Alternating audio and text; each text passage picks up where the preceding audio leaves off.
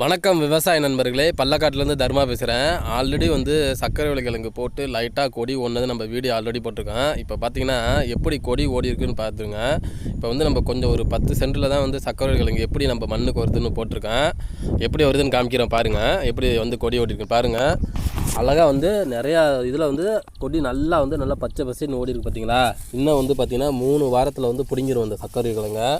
நல்லா கொடி நல்லா பெருசாக ஓடி இருக்குது. கிழங்கு நல்லா பெருசாக தான் இருக்குது. நம்ம கண்ணுக்கு கிழங்கு தெரியுமான்னு பார்க்குறேன். ஒன்றும் தெரில, பறித்து பார்ப்போம் எப்படின்ட்டு. இது நல்லா இப்போ ஈரநப்பு இருந்தால் கொஞ்சம் ஒரு கிழங்கை பிடுங்கி காமிச்சிருப்பேன். தண்ணி ஒரு 4 நாளைக்கு முன்னாடி பார்த்தா வெயில் இப்போ பார்த்தீங்கன்னா செம்ம வெயில் அடிக்குது. இப்போவே பார்த்தீங்கன்னா அடிக்குது.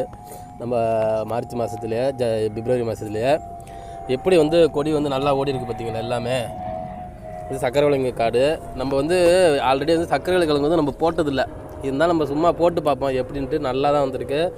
சர்க்கரை கிழங்கு நம்ம சைடு அதிகமாக யாரும் மதிக்க மாட்டேங்கிறாங்க. ஆனால் ஃபாரினில் இந்த சர்க்கரை கிழங்குக்கு அவ்வளோ மதிப்பு இருக்குங்க.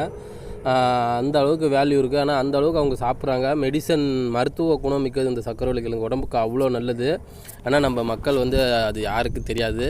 என்றைக்கும் ஒருத்தர் விளைவிக்கிறவங்களுக்கு அந்த பொருளோட அருமை நிறைய பேர் தெரிய மாட்டேங்குது.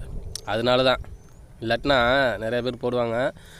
நம்ம சைடு ஈரநப்பு இருக்கிறதுனால நிறையா பேர் கிழங்கு போட மாட்டாங்க. ஆனால் நம்ம ஒரு 10 சென்ட் தான் போட்டிருக்கேன். நல்லா வளர்ந்துருக்கு. மகசூல் எப்படி இருக்குதுன்னு உங்களுக்கு அடுத்த வீடியோவில் காமிக்கிறேன். நீங்களும் சர்க்கரை கிழங்கு போடுங்க. சும்மா கொஞ்சம் போட்டு ட்ரையல் பாருங்கள் எப்படி இருக்குன்னு கமெண்டில் சொல்லுங்கள். மறக்காமல் நம்ம சேனல் சப்ஸ்கிரைப் பண்ணியிருக்க விவசாய நண்பர்களே.